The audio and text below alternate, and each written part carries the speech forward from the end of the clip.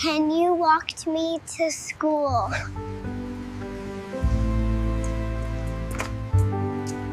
The morning began like a whisper. A faint chill brushed through the neighborhood, stirring the scent of damp leaves and fading summer. The air held that quiet pause before the world fully wakes, when breath still fogs and distant birds murmur through half-light. A narrow street stretched between rows of modest houses, each one still carrying the sleepy hush of dawn. Across the lane, a small figure stood on the cracked sidewalk, clutching a frayed pink backpack with both hands. Her coat was buttoned wrong, one shoe untied and her white blonde curls tangled around her cheeks from the wind. Mara Monroe was only 5, but she already knew how to wait. The house beside hers loomed taller than the rest, all glass and steel, clean edges and shadows. Its black-tinted windows reflected nothing. People called it the silent house.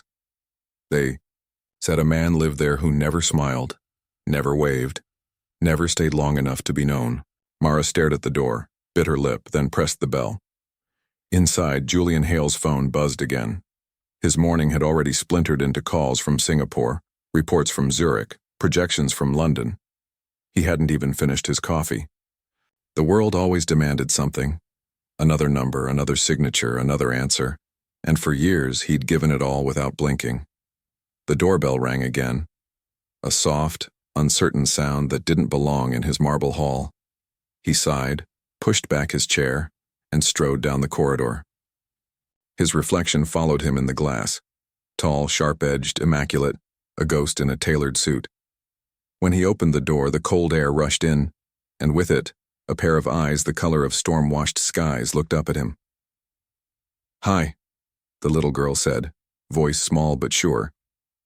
"Can you walk me to school?" Julian blinked. "Excuse me?" She held out the strap of her backpack like a peace offering. "Mommy's sick. The bus didn't come. You live next door, so maybe you can walk me." For a second, Julian could only stare.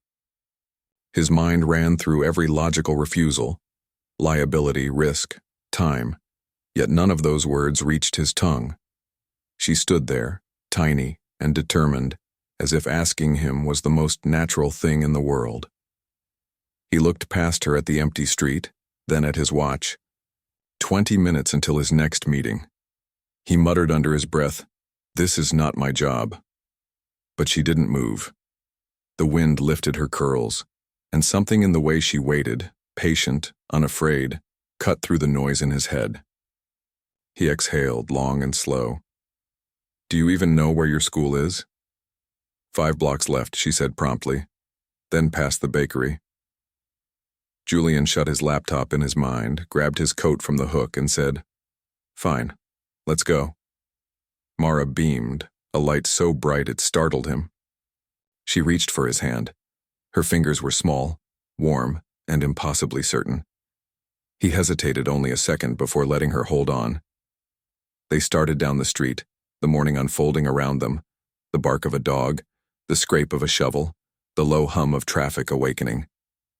Each step sounded louder than it should have. Julian had walked through countless cities, but never like this, matching pace with tiny feet that scuffed against the sidewalk. "What's your name?" he asked finally. "Mara," she said.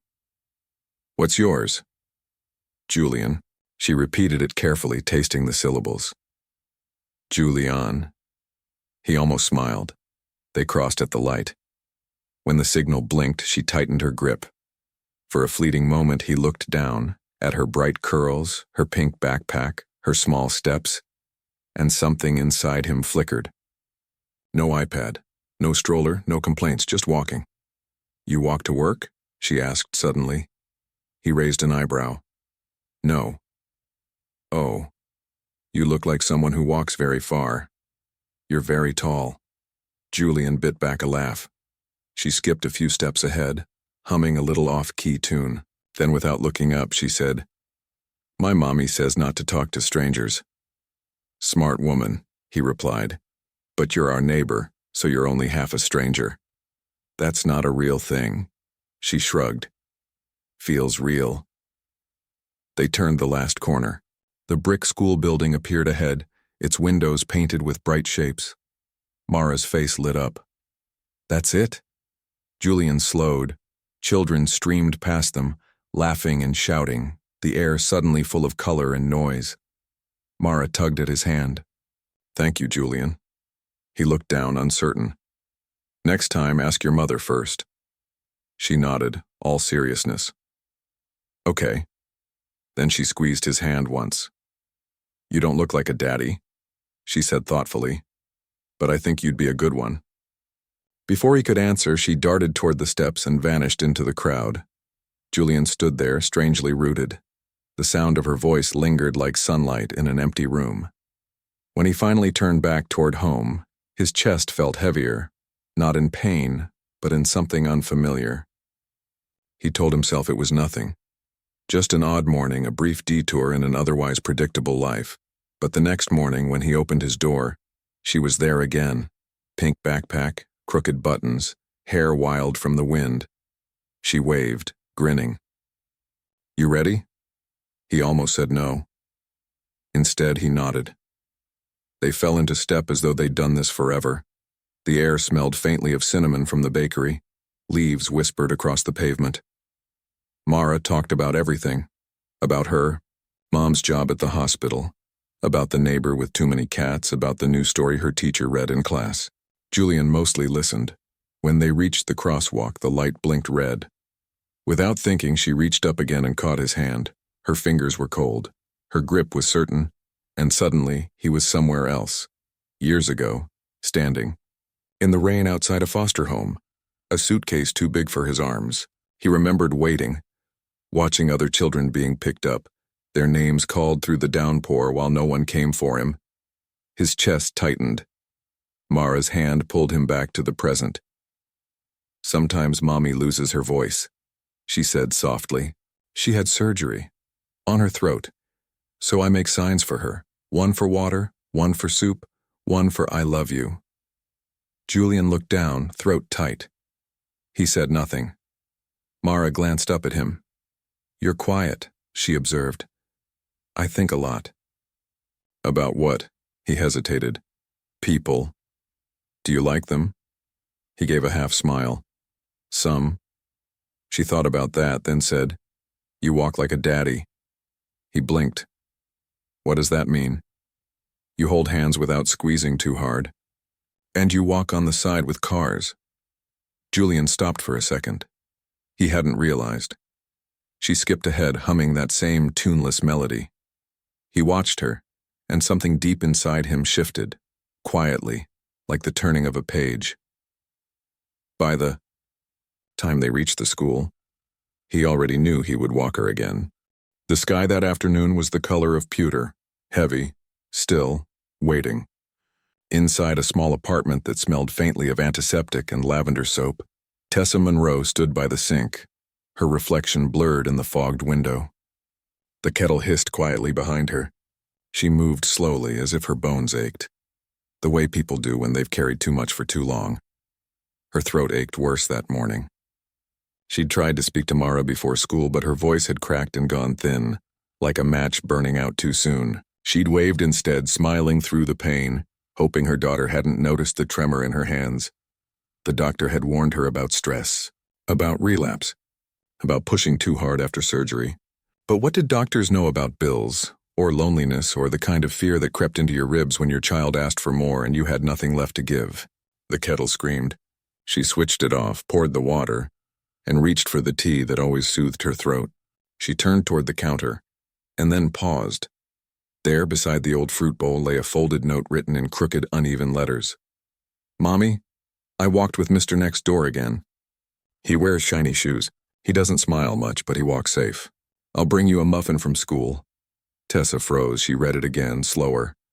Mr. Next Door. Her chest tightened. She had only ever seen that man once.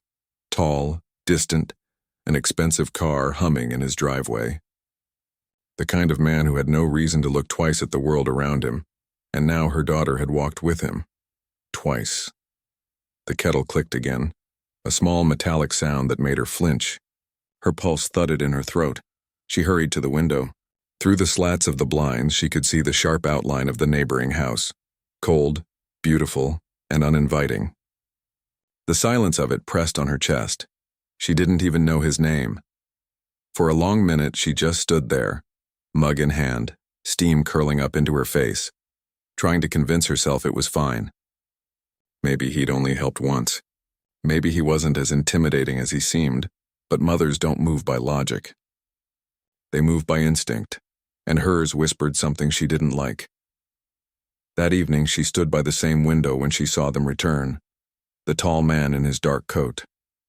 The little girl skipping beside him, her laughter carrying through the dusk.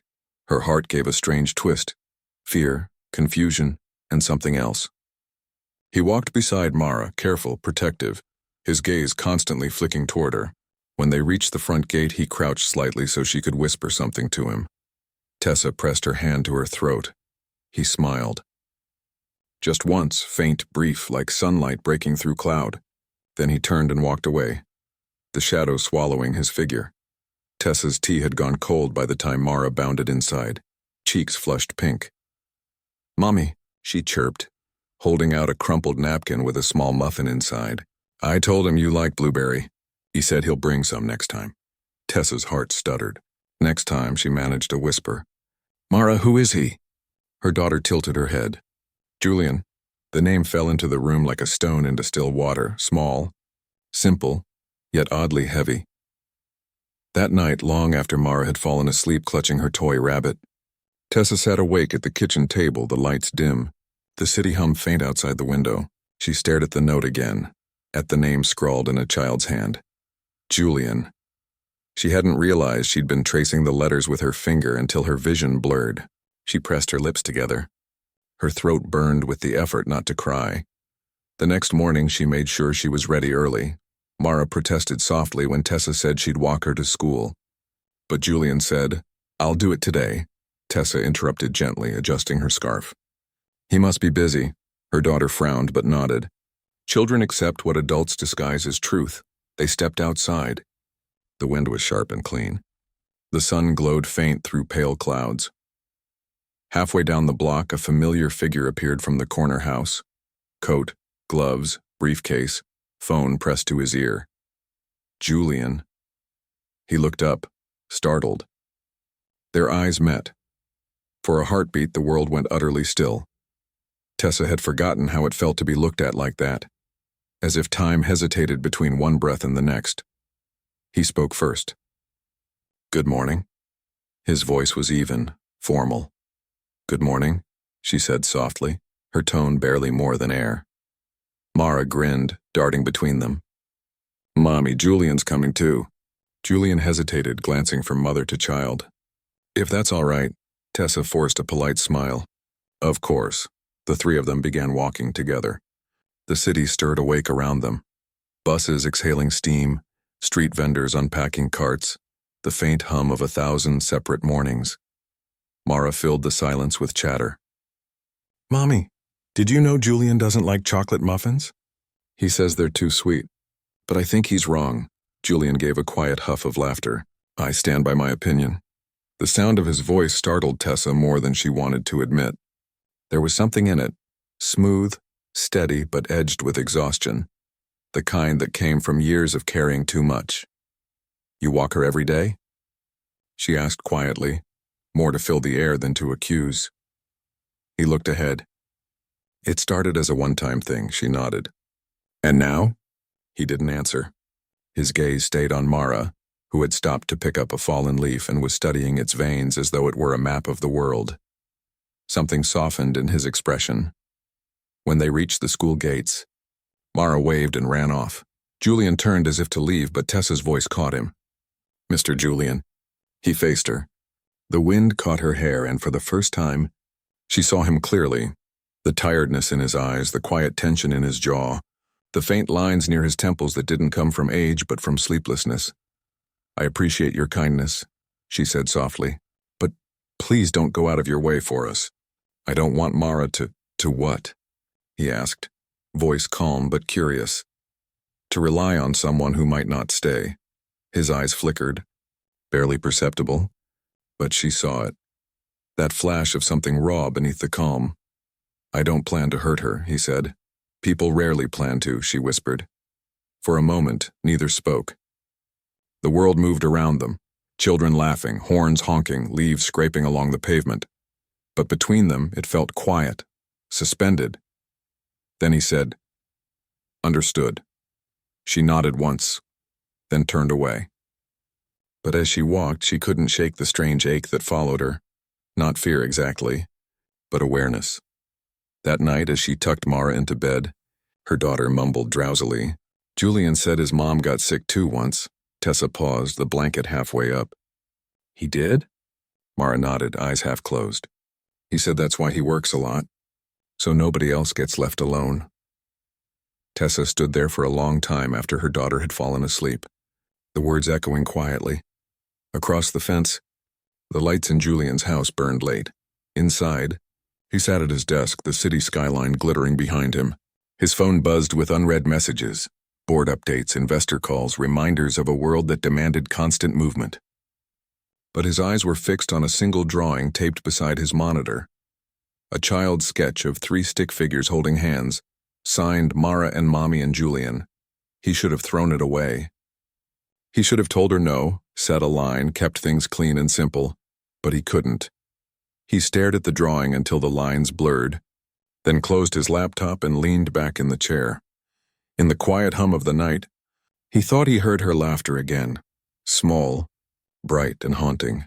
Somewhere deep inside, something began to thaw. The next morning came colder, with rain curling down the windows. Tessa woke to coughing, her throat raw, the world spinning slightly when she stood. She steadied herself, grabbed her coat, but by the time she reached the door, Mara was already gone. Panic gripped her chest. She ran to the window, and there they were again. Julian holding an umbrella, bending slightly so Mara could fit under it.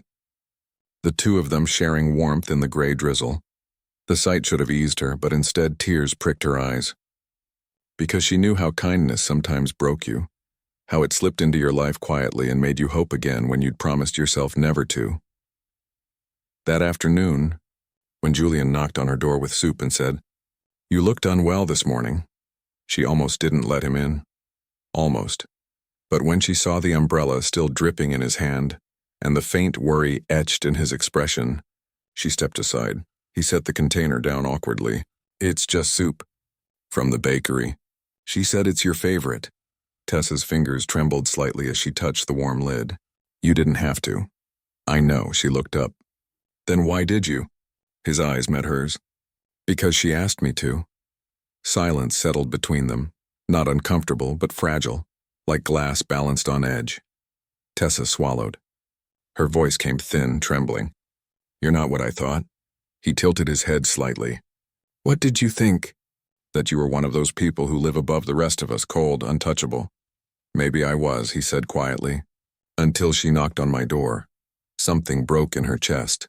She didn't know if it was fear, gratitude, or something dangerously close to hope.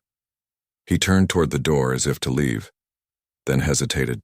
"You shouldn't talk much," he said, glancing at her throat. "Rest, a doctor or CEO?" she teased weakly. "Both, apparently." He almost smiled again, and for the first time so did she. The rain didn't stop for 3 days. It fell in steady whispers against the glass, blurring the streetlights into soft halos. The city moved slower, its sounds muffled beneath the weight of gray.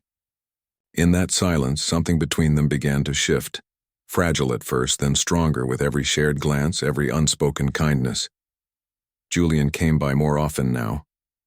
Not in grand gestures, not with flowers or promises, but quietly, bringing groceries, fixing the door hinge that creaked, carrying the heavy bags up the stairs when Tessa's voice failed her.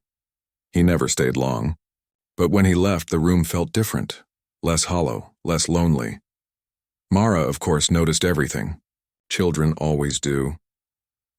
One night, as Tessa tucked her into bed, she whispered, "Mommy, when you smile, your eyes look like stars." Tessa laughed softly. "Do they?" "Yes," Mara said with conviction. "Julian makes them do that." Tessa froze for a second, then kissed her forehead, whispering, "Good night, sweetheart."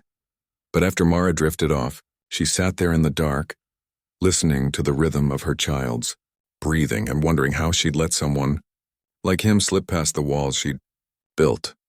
She didn't even know who he really was. She only knew how his voice softened when he spoke to Mara, how his hands stilled when she coughed, how sometimes his eyes looked far away, like a man remembering a place he'd never returned to. And then one morning, she found out. It started with the newspaper. She was at the corner store, standing in line behind an old man counting coins, when her gaze caught a headline near the counter. Hale Industries announces new housing initiative. Below the title was a photo. Julian, in a navy suit, shaking hands with a government official, cameras flashing all around him. Her breath caught. The world seemed to tilt. She read the name again. Julian Hale. The CEO. The man next door. The man who'd been walking her daughter to school every morning. The paper trembled in her hands. She didn't remember paying. Didn't remember walking home. Only the cold wind against her face and the echo of that name in her head. When she reached her building, she saw his car parked outside, sleek, black, the kind that cost more than her entire life savings. He was standing by it, coat collar turned up against the drizzle, talking on his phone. "Just sign it," he said, voice calm, clipped. "The foundation can handle the press later. I'm not discussing personal matters right now." She stopped halfway up the stairs. He looked up then, eyes meeting hers, the distance between them suddenly unbearable. He ended the call slowly, slipping the phone into his pocket. "You knew," she said quietly. He frowned. "Knew what?" "Who you are," her voice wavered. "You let me believe you were just someone normal." He exhaled, slow and steady. "I didn't lie. You didn't have to," she whispered. "You let me think you were one of us." His jaw tightened. "Does it matter?" "Yes," she said, the word sharp. "Because people like you don't stay. You play savior for a while, then you go back to your world and forget the ones you helped." He stepped closer. "Is that what you think I've been doing?" She met his gaze. What else could it be? The rain thickened between them, tapping against the pavement like a pulse. Julian's eyes darkened, not in anger but in hurt. "You think I walked her to school for pity?" he asked softly. "You think I came here out of guilt? Didn't you?" She shot back. He flinched, almost imperceptibly. "No." For a long moment, neither spoke. The air between them felt charged, like the sky before lightning. Finally, he said, his voice low, "You want the truth, Tessa? I grew up with nothing. I know what hunger looks like. I know what it's like to wait for someone who never comes. I made something of myself because I swore I'd never feel powerless again. But then your daughter knocked on my door, and suddenly I remembered who I used to be." Her chest ached. He took another step forward. "I don't see charity when I look at you. I see peace, and it terrifies me." She swallowed hard. "Why?"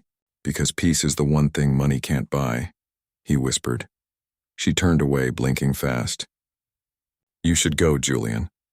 "I can't," he said quietly. "Please." But he didn't move. He just stood there in the rain until she went inside. That night, the thunder rolled across the sky and the lights flickered out. The storm cut through the city, wild and merciless.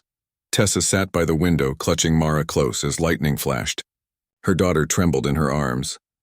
"Mommy," Mara whispered. "Will Julian be okay?" Tessa's heart twisted. "He's safe, sweetheart," but hours later, when the power finally returned, a knock came at the door. When she opened it, Julian stood there, soaked, breathing hard, his coat plastered to his shoulders. "There's flooding near the bridge," he said.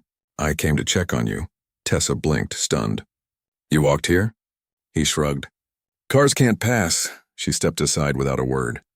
He hesitated only a second before entering. Mara ran to him, clinging to his leg. "You're wet," she squealed. He smiled faintly. "So are you." They laughed softly, a small sound against the thunder outside. Hours passed. They talked little. The power went out again and the world fell to candlelight. Mara fell asleep on the couch, her small hand resting on Julian's arm. He watched her for a long time, then said quietly, "You remind me of my mother." Tessa looked up. "Your mother?" "She worked herself sick trying to keep me fed," he said. "I was 12 when I lost her. After that, I stopped believing in kindness. I thought it was weakness." He paused, his gaze on the candle flame. "Then I met your daughter, and she made me remember." Tessa's eyes softened. She does that to people. He smiled faintly. So do you. She looked away quickly, afraid of what he might see in her face. The rain eased by morning. When Julian finally stood to leave, Tessa walked him to the door. The world outside was washed clean, streets glistening like mirrors. He turned to her. You were right, he said, about what? People like me don't stay. He paused, voice low. But I want to try. Her breath caught. He took her hand, tentative, reverent, as though afraid she'd pull away. If you'll let me. For a long moment she didn't answer. Then she looked at him, really looked, and saw not the CEO the world knew, but the man who'd walked her daughter to school in the rain, who'd carried groceries without being asked, who'd stood outside her door when no one else did, and she smiled. Try, she whispered. He exhaled, almost a laugh, and pressed his forehead against hers, just for a heartbeat. Outside, the first sunlight in days broke through the clouds, spilling across the street. Weeks later, neighbors began to whisper about the once cold man who now walked to the bakery every morning, always with a little girl on his shoulders and a woman with a soft laugh beside him. Sometimes they'd see him pause at the corner where the school bell rang, watching Mara run ahead. He always waited until she turned and waved before leaving, and every night when the city fell quiet, light glowed warm behind their windows, steady, unhurried, like the kind of peace that doesn't ask for proof, because some love stories don't begin with fireworks or fate. Some begin with a knock on the door and a little girl asking for a walk to school.